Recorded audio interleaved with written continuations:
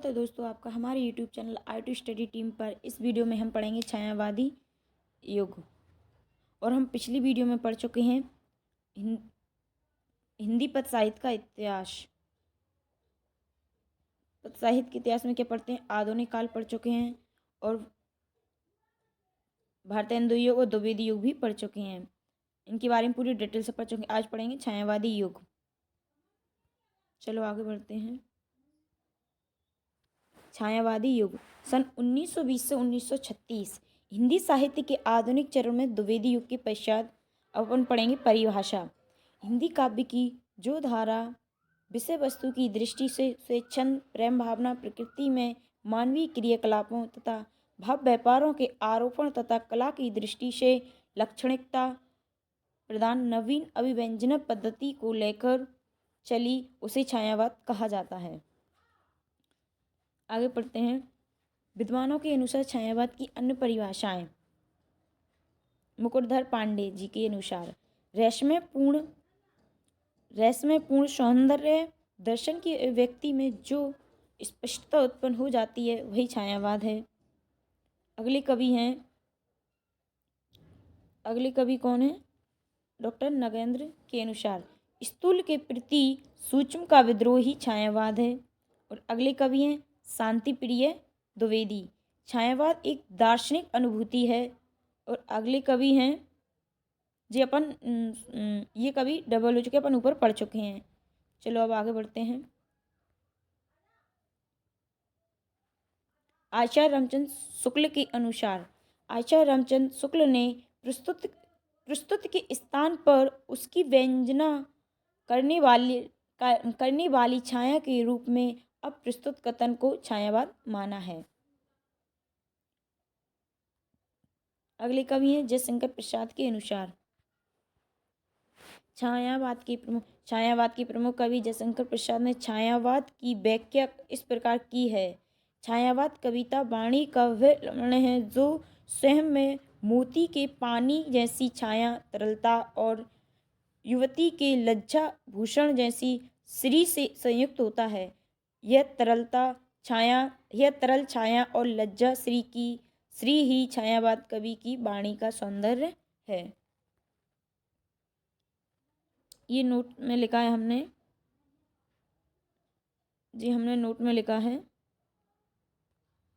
पंत प्रसाद निराला और महादेवी वर्मा छायावाद के आधार स्तंभ कहे जाते हैं। कौन कौन से कहे जाते हैं? प्रसाद, पंत, निराला, महादेवी छायावाद के आधार स्तंभ कहे जाते हैं। चलो अब आगे बढ़ते हैं।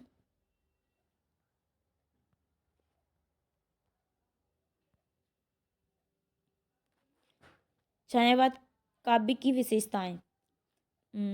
व्यक्तिवाद की प्रधानता, प्रकृति का मानवीकरण, नारी के प्रति नवीन भावना, श्रृंगार भावना, अभिव्यंजना शैली, सौंदर्य। आपको जितनी कोई 5 भी करना हो तो 5 भी कर सकते हैं और पूरी भी कर सकते हैं। सौंदर्य अनुभूति, वेदना एवं करुण का आधिक्य, अज्ञान सत्ता के प्रति प्रेम, जीवन दर्शन।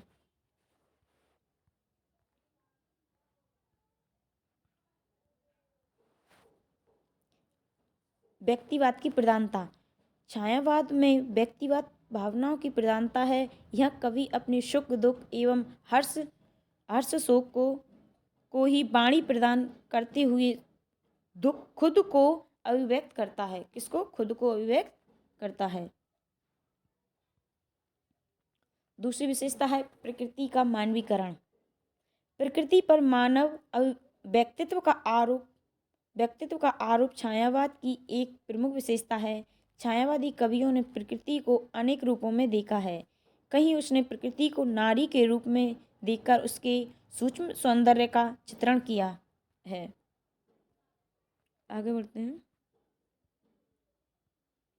अगली विशेषता है नारी के प्रति नवीन भावना। रीतिकालीन नारी की तरह छायावादी नारी प्रेम पूर्ति का साधन मात्र नहीं है। वह इस पार्थिव जगत की स्थूल नारी न होकर भाव जगत की सुकुमार देवी है। अगली विशेषता है श्रृंगार भावना। छायावादी काव्य मुख्यतः श्रृंगारी काव्य है, किंतु उसका श्रृंगार अतीन्द्रिय सूक्ष्म श्रृंगार है। छायावाद का श्रृंगार उपभोग की वस्तु नहीं बल्कि कौतूहल और विस्मय का विषय है। अगली विशेषता है अभिव्यंजना शैली।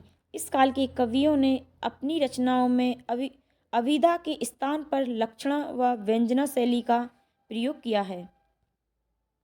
चलो आगे बढ़ते हैं। छायावाद के प्रमुख कवि कौन से होंगे? जयशंकर प्रसाद। और छायावाद की प्रमुख कवित्री कौन होंगी? महादेवी वर्मा। अब पढ़ते हैं छायावाद की प्रमुख कवि एवं उनकी रचनाएं। जयशंकर प्रसाद कामायनी, लहर, आंसू, झरना।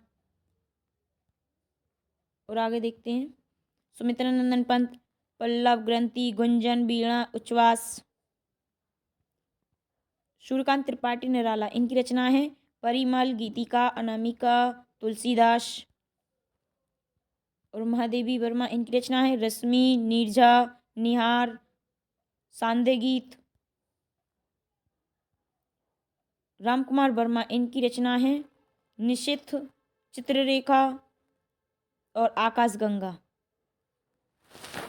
अगर आपको यह वीडियो पसंद आई हो तो लाइक, शेयर, कमेंट और हमारे चैनल को सब्सक्राइब करें। इस वीडियो को अंत तक देखने के लिए धन्यवाद।